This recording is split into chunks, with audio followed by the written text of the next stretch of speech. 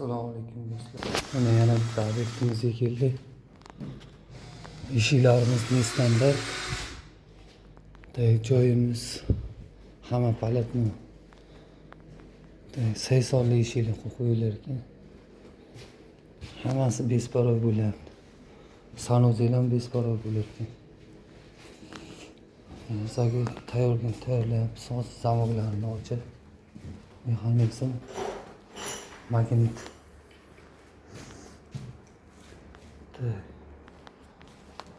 Eshiklar 3 ta oynali, 2 ta yo'loqli. 3 ta yo'loqli ekan.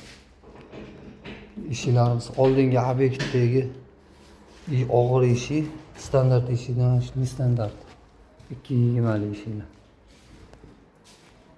Xudo xohlasa bitgandan keyin ko'rsataman. Prayon bir xil joylari balandroq ekan, ularni ko'tarib qo'yib boramiz.